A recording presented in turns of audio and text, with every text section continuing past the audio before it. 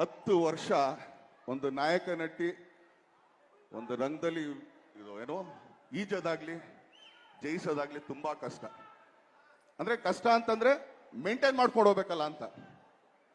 ನಾವು ಬುಲ್ಬುಲಲ್ಲಿ ಏನ್ ನೋಡೋದು, ಇವತ್ತು ಮ್ಯಾಟ್ನಿಲ್ ಆಗ್ಬೋದು ಅದೇ ತರನೇ ಕಾಣಿಸ್ತಾ ಇದ್ದಾರೆ.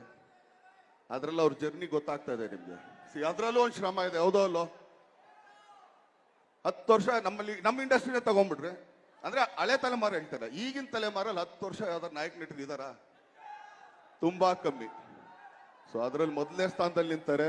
ಅವ್ರಿಗೆ ಆಲ್ ದಿ ಬೆಸ್ಟ್. ಆಮೇಲೆ ನಾವ್ ಇಲ್ಲಿವರೆಗೆ ಆಕ್ಚುಲಿ ಅವ್ರು ತುಂಬಾ ಲವ್ಲಿಯಾಗಿ ಮುದ್ದಾಗಿ ಮಾಡ್ತಾರೆ ಅಂತ ಈಗ ಹೋಗ್ಬೇಕಾದ್ರೆ ಒಂದು ಲುಕ್ ಕೊಟ್ರಲ್ಲ, ನಮ್ಗೆ ಭಯ ಆಗೋಯ್ತು. ಮೊದಲೇ ದೇವ್ರು ಇಷ್ಟು ದಪ್ಪ ಕಣ್ ಕೊಟ್ಟಿದ್ದಾನೆ, ಅದ್ರ ಮೇಲೆ ಅಷ್ಟು ಅಗಲ ಕಣ್ ಕೊಟ್ಟಿದ್ದಾನೆ. ಸೊ ಅವ್ರಿಗೆ ಆಲ್ ದಿ ಬೆಸ್ಟ್, ಒಳ್ಳೇದಾಗ್ಲಿ.